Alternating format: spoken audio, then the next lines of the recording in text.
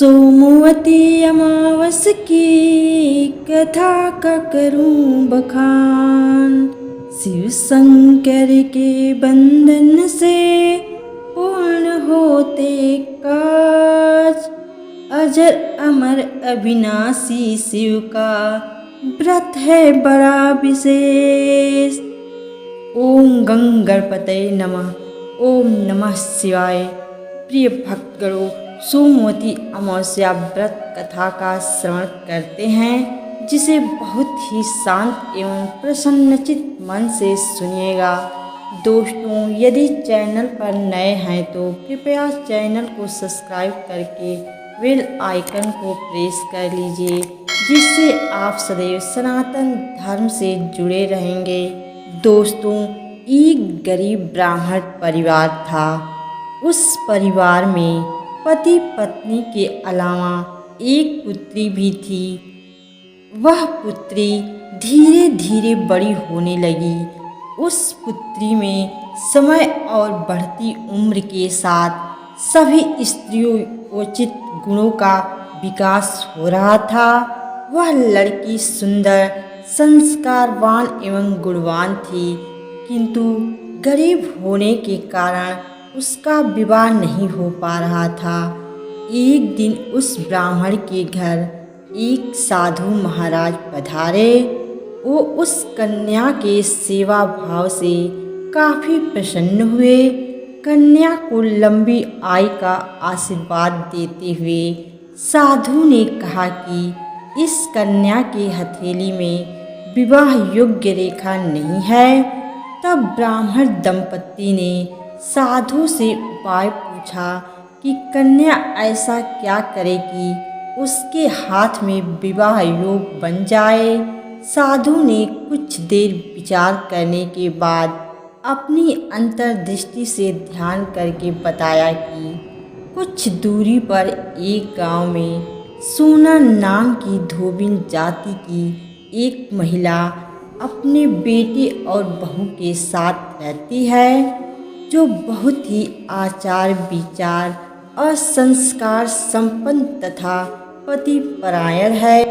यदि यह कन्या उसकी सेवा करे और वह महिला इसकी शादी में अपनी मांग का सिंदूर लगा दे, उसके बाद इस कन्या का विवाह हो तो इस कन्या का वैधव्य योग मिट सकता है। साधु ने यह भी बताया कि वह महिला कहीं आती जाती नहीं है।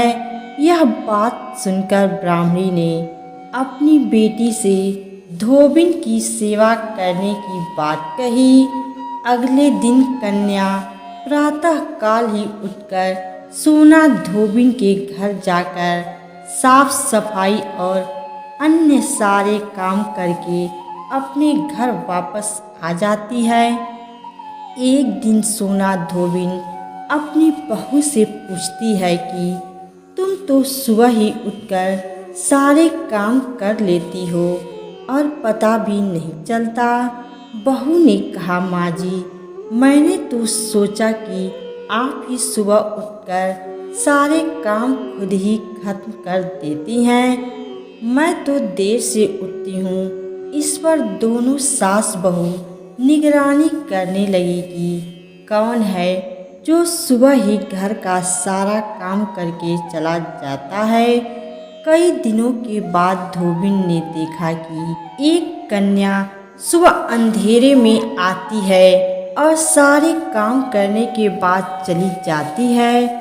जब वह जाने लगी तो सोना धोबिन उसके पैरों पर गिर पड़ी। पूछने लगी कि आप कौन हैं और इस तरह छुपकर मेरे घर की चाकरी क्यों करती हैं। तब कन्या ने साधु द्वारा कही गई सारी बात बताई। सोना धोबिन पति परायण थी, उसमें तेज था। वह तैयार हो गई। सोना धोबिन के पति थोड़ा अस्वस्थ थे। उसने अपनी बहू से अपने लौट आने तक घर पर ही रहने को कहा। सोना धोबिन ने जैसे ही अपनी मांग का सिंदूर उस कन्या की मांग में लगाया, उसका पति मर गया। उसे इस बात का पता चल गया। वह घर से निराजल ही चली थी, यह सोचकर कि रास्ते में कहीं पीपल का पेड़ मिलेगा तो उसे भंवरी देकर और उसकी परिक्रमा करके ही जल ग्रहण करेगी। उस दिन सोमवती अमावस्या थी। ब्राह्मण के घर मिले हुए पकवान की जगह उसने ईंट के टुकड़ों से 108 बार भंवरी देकर 108 बार पीपल के पेड़ की परिक्रमा की और उसके बाद जल ग्रहण किया। ऐसा करते ही उसके पति के मुर्दा शरीर में वापस जान आ गई। धोबिन का पति वापस जीवित हो उठा। इसलिए सोमवती अमावस्या के दिन से शुरू करके जो व्यक्ति हर अमावस्या के दिन भंवरी देता है उसके सुख और सौभाग्य में वृद्धि होती है। पीपल के पेड़ में सभी देवों का वास होता है, अतः जो व्यक्ति हर अमावस्या को न कर सके वह सोमवार को पड़ने वाली अमावस्या के दिन 108 वस्तुओं की भंवरी देकर सोना, धोबिन और गौरी गणेश का पूजन करता है, उसे अखंड सौभाग्य की प्राप्ति होती है।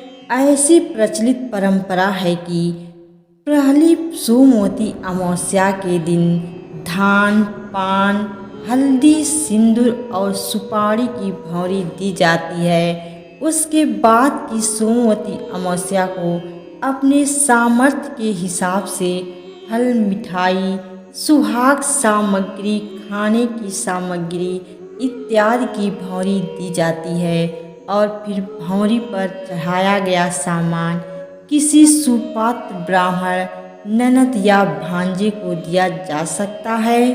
नमस्कार दोस्तों, यह कथा आप लोगों को कैसी लगी कमेंट करके ज़रूर बताएं तथा वीडियो को लाइक और अभी तक चैनल को सब्सक्राइब नहीं किए हैं तो कृपया चैनल को सब्सक्राइब कर लीजिए। सदैव आपके ऊपर श्री हरि विष्णु जी की कृपा बनी रहे। ओम नमो भगवते वासुदेवाय नमः। ओम नमः शिवाय।